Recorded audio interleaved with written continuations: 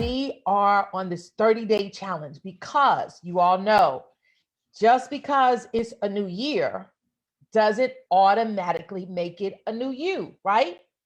You are what makes a new year. So when you become new, then your year will become new. Basically, I teach you how to go from broken to better. Broken to better. But it's all about self-development. It's all about self-enhancement. It's all about making sure that you are working on who? You. Even in the midst of trials, tribulations, and situations, you are constantly and you should always be working on becoming the best version of yourself. The version of you last week, last month, and last year is not the best version of you.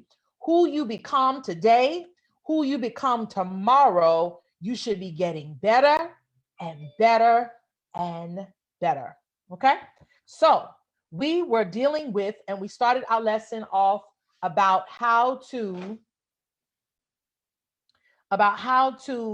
realize that self-development, only 1% of people out of 78 billion people in the world, only 1% of those people, only 1% of those people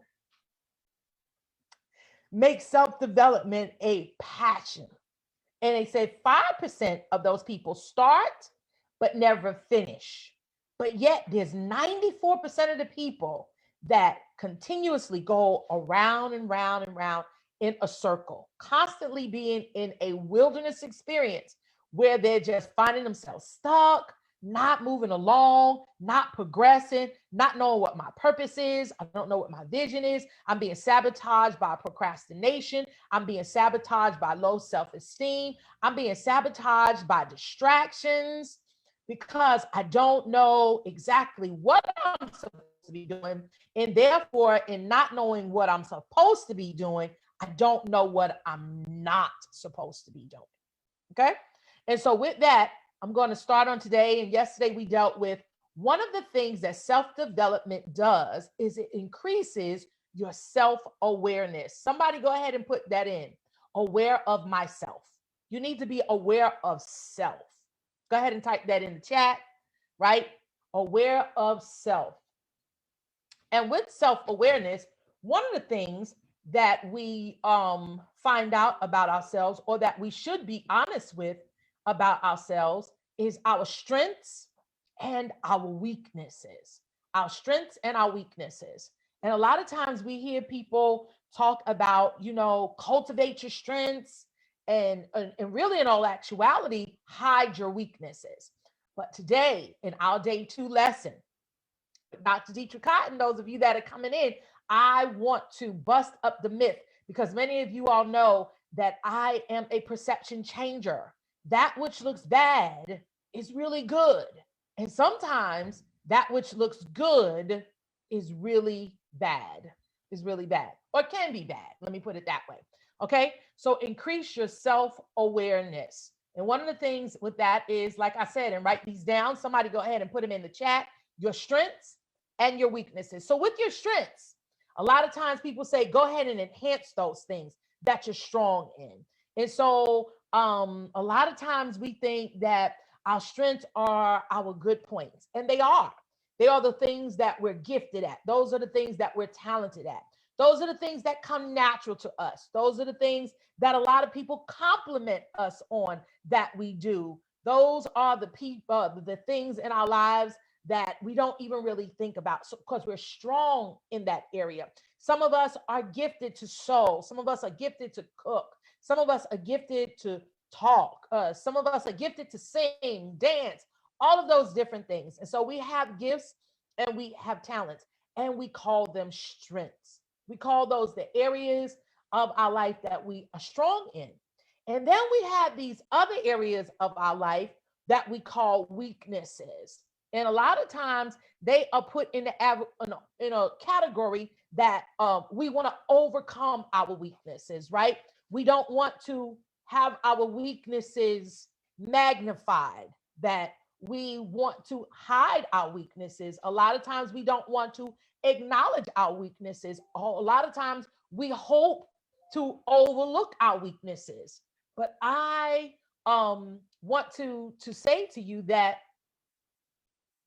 weaknesses may become a strength if you know how to use them right, if you know how to cultivate them right, and depending on what circumstances and situations you are in. And then I find out that your strengths can become a sabotage for you.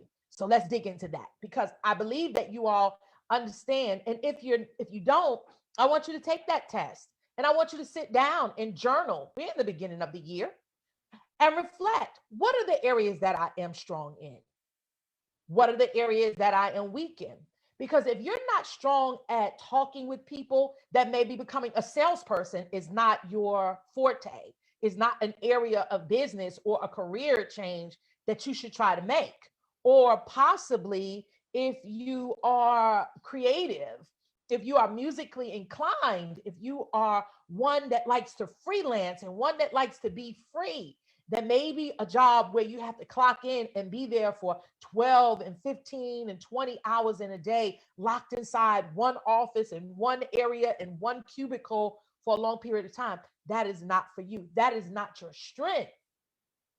And so, yes, should we hone into those things? Should we be clear on those things? Should we become aware of what my strengths and my weaknesses are?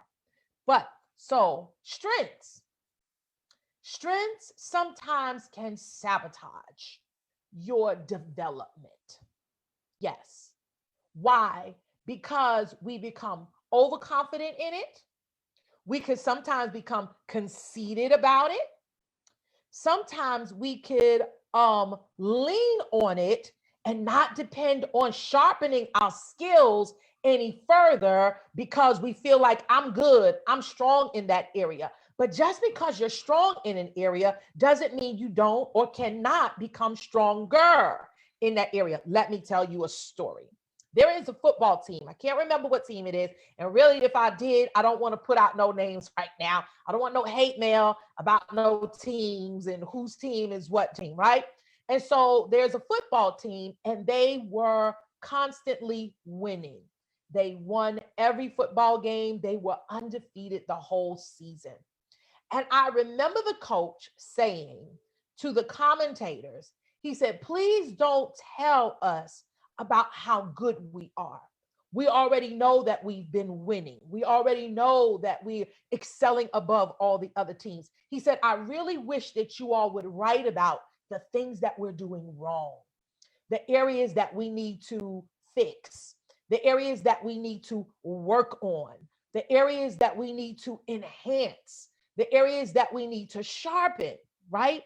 And so sometimes we can come so strong in an area that we're overconfident in an area that we don't really ever take the time to sharpen the skill, enhance the skill, better the skill, strengthen the skill, the craft, or whatever it is, because we feel we're so strong in it. And so then we have strength sabotage. We sabotage ourselves from growth because we get stuck in our strength, right? And so the team finally lost one of the upcoming games. And the coach said, I'm so glad we lost, because now we can work on those areas that we were weak in. Sometimes your strengths can overshadow your weakness, that you'll never work on your weak areas that can possibly become a problem for your strength. Why? And many of you that have been with me and that I've coached in time past, you know that small hinges open up big doors. It's the small things that make big changes. It's a little screw on the wheels of the tire that can make the whole tire just fall off the car. You could have a Jaguar, you could have a Mercedes Benz, you could have the best car ever, but if it's only working on 3 wheels and it's only missing 1 wheel, it's got more than half to function, but without that one wheel, without that small piece, this beautiful car, this expensive vehicle will not be able to function properly. So it's those small changes. It's the small changes of weaknesses that our strengths hide and cover up. And then we constantly move on in life, leaning on three wheels. I like it. Leaning on three wheels of our strength, and therefore not taking the time to screw and use the bolts and get all of the small tweaks out of the other tire, which will make the car ride in calibration, will allow the car to ride in alignment, will allow your car to ride smoothly. And a lot of us, we're trying to operate on three wheels and saying, oh, three wheels is enough. I'm good in this, and that. Oh, that's my weak spot, right? Don't even worry about that. I'm just going to overlook that. I'm not going to work on that. I'm not going to worry about that. And so your strengths can sabotage your success. I'm going to say that again. Somebody needs to type it in. You need to write that down on your notepad, because somebody fooled us and told us to only focus on your strengths, never focus on your weaknesses. And I'm about to blow that up. Okay? You can't roll, you can't get down the highway on three wheels. And you'll find out that you'll get to a pinnacle of being successful in something, and then it'll fall apart. It'll break down. It will collapse because you're not working with your weaknesses and your strengths. They equalize each other. They balance each other. They cause you to have what we call a full package. Yes? And so you don't want to throw your weaknesses away. You want to use them to balance out your strength. Not only that, your weakness keeps you humble. Somebody put that in the chat. Your weakness keeps you humble. Your weakness keeps you teachable. It keeps you teachable. It causes you to realize that you can learn from somebody else. Even if you're at the top of the food chain, even if you've already in the C-suite office at the end of the hallway, even if you've got all of the degrees and all of the accolades on your wall, even if you've got the salary, even if you've got the car, the house, and you've got the look of success publicly, but privately, you don't have it all together. You're not working on all four wheels because you allowed your strengths to sabotage you working on your weakness. Yes? I want to see some comments there in the chat because I know I am talking good. So let's talk about your weaknesses, strengths and weaknesses, right? So now your weaknesses can become your strengths. We don't want to throw them out with the bath water. We got to realize our weaknesses. So I'm going to give a testimony. So the football team, let me go back to that story if I hadn't finished it. So them losing caused them to work on those areas where they were weak in, those areas where they weren't so strong in. Maybe it was their run game that was strong, but it was their offensive line that was weak. And so now losing makes them focus. Losing makes them focus on the bolts, the screws, the nuts, the small hinges that cause the door not to open and close so easily, so freely as it had in time past. Okay? So weaknesses can become your strength. I find that out even in my own life. So transparency moment. I don't mind. I had, and at times I do, very minimal now, because before it was always and constantly that I had a problem with my temper. My anger would get the best of me, right? I would become angry about something. And so many people, even me myself, I found that to be a weakness. I felt like my short temper and my anger and not being able to control my anger was a weakness of mine. And then as I grew in that thing, I realized that getting angry is okay, because anger is a passion. Anger is a passion. When it's used correctly, it can create. Yes. Anger is a passion when used correctly and when honed correctly can create. Just like fire. Fire, if it's turned loose, it can become a bad thing. But fire, when it's honed, it can become heat. It can become comfort. It can become a tool for cooking. It could be used for good. And so it just depends on if you see it as a weakness or if in certain arenas it's seen as a positive or a strength. And so what I found out is that my anger or my passion for things allowed me to be an advocate for certain people, people who could not advocate for themselves, people whom I had a passion for something that they were in or they were a victim of, and that I was able to speak up for them because I got angry with seeing them being abused, misused, mistreated. And so my anger wound up becoming a strength, not only just for myself, but my strength, which was quote unquote my weakness, wind up causing it to be a strong point for me to help others. For me to help others.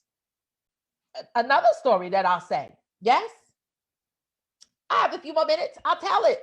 Yes, I love to talk, I love to speak. That is my gift, that is my talent. But when I was a younger little girl, my grandmother, I would get in trouble all the time for talking, laughing, making noise when I was supposed to be quiet, trying to talk to my cousin when we're supposed to be sleeping. I'm supposed to be taking a nap and I'm still singing or I'm still talking or I'm still doing chipper chappering. And I would always get in trouble for constantly talking or still saying something. And I was supposed to be quiet. Yes, even then, I was told by adults that that was a weakness, that that was a problem. Be quiet, close your mouth. Don't talk right now. You're talking too much. You laugh too much. You make too much noise. Nobody wants to hear that.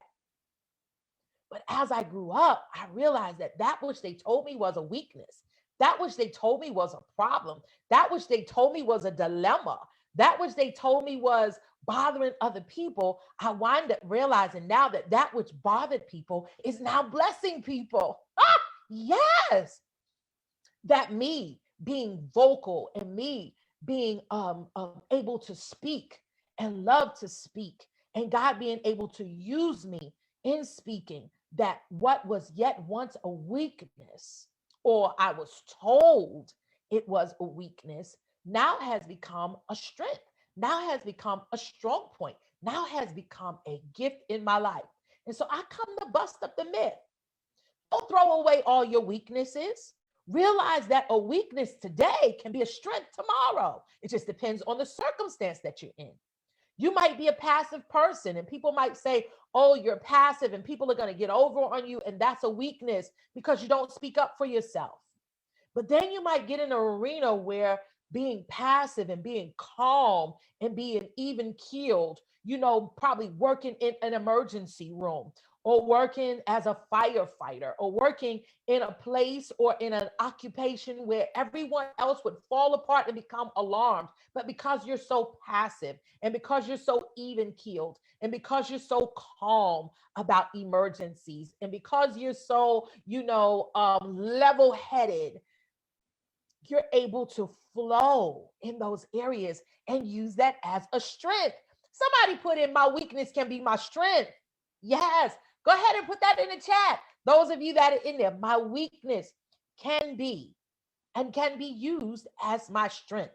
So I want to use it all. God doesn't waste anything about you.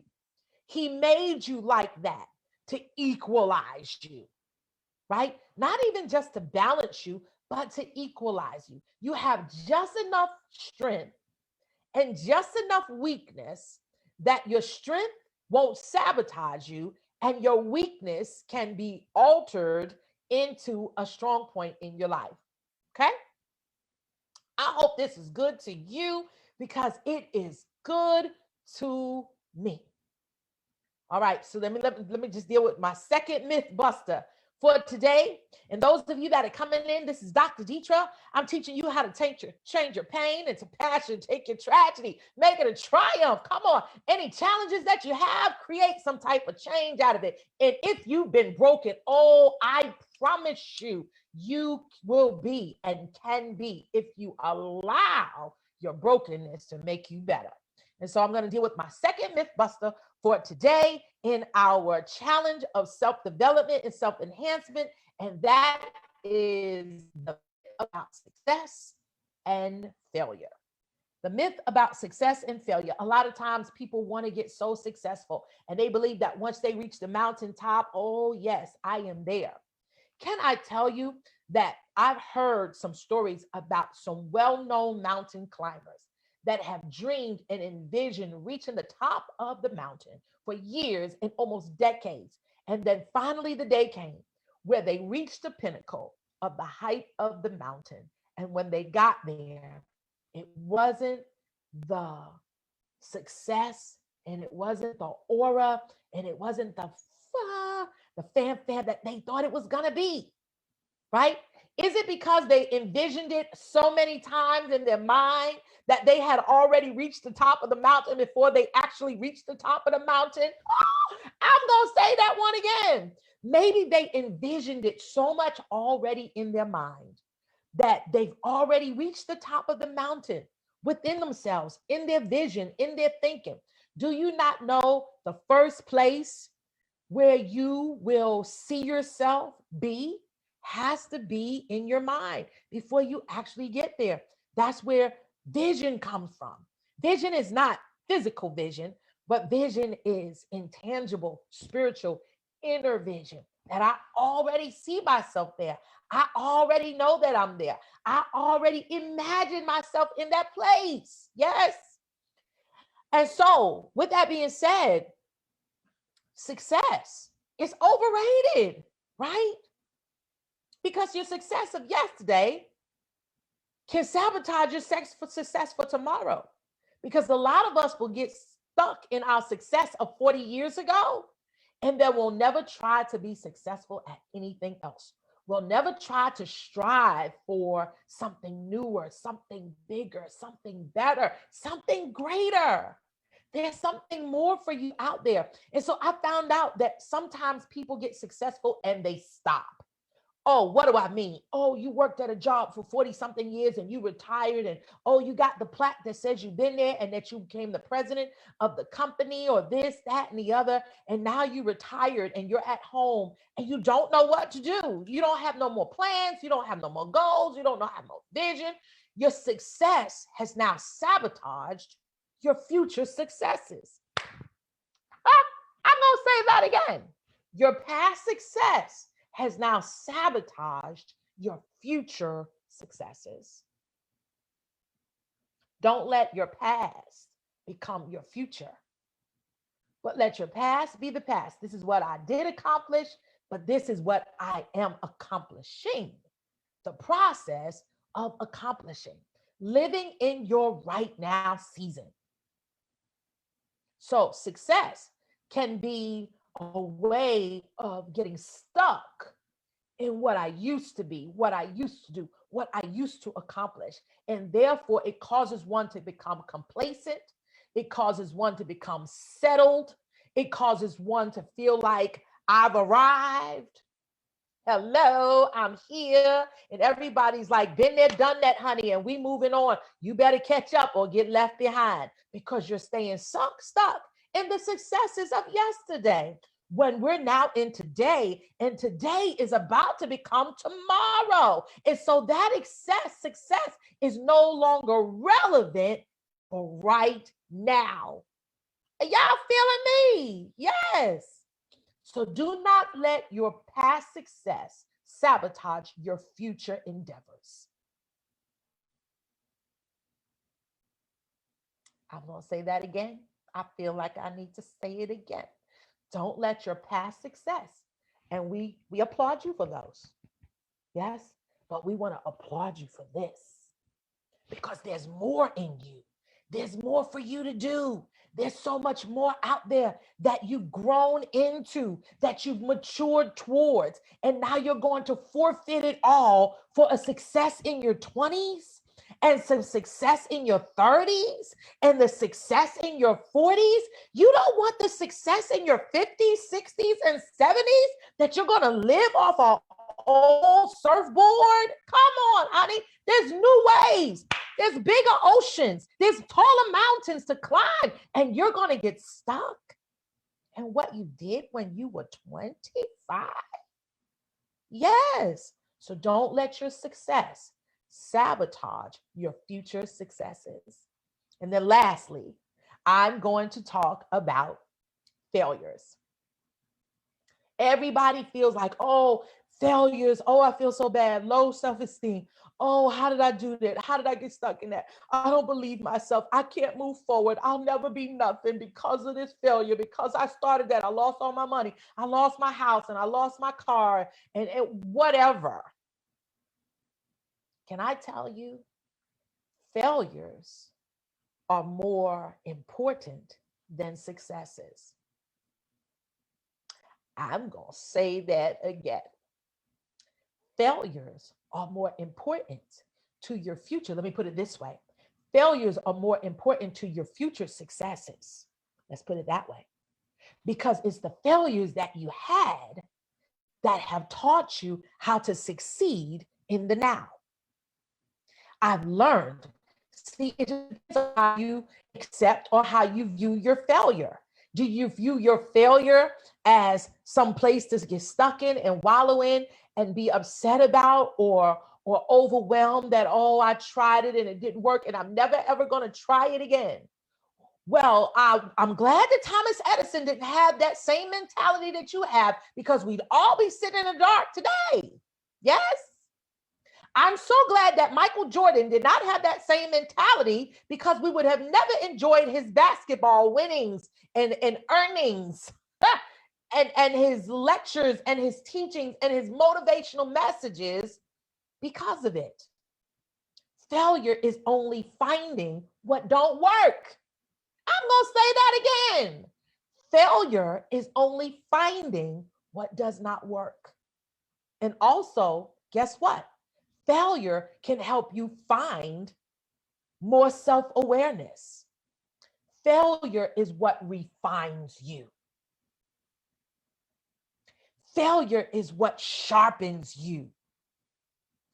Failure is what builds you up with endurance and resilience and perseverance. Failure has more attributes to add to your potential than constant successes do. Failures is the wind that blows in your balloon that takes you to higher heights and levels. The more failures you have, the higher you go. The more no's you get, the more yeses will come. There's a phrase, failing forward, right? If you're going to fall, don't fall back. Fall forward. Yes, fall forward. Because even in my falling or even in my failing, I'm still moving forward. I might be failing, but I'm not in the same place that I was. I'm falling forward. Somebody put it in there for me. Falling forward. Type it in the chat. I'm falling and failing forward. I'm failing my way to success. Failing my way to success.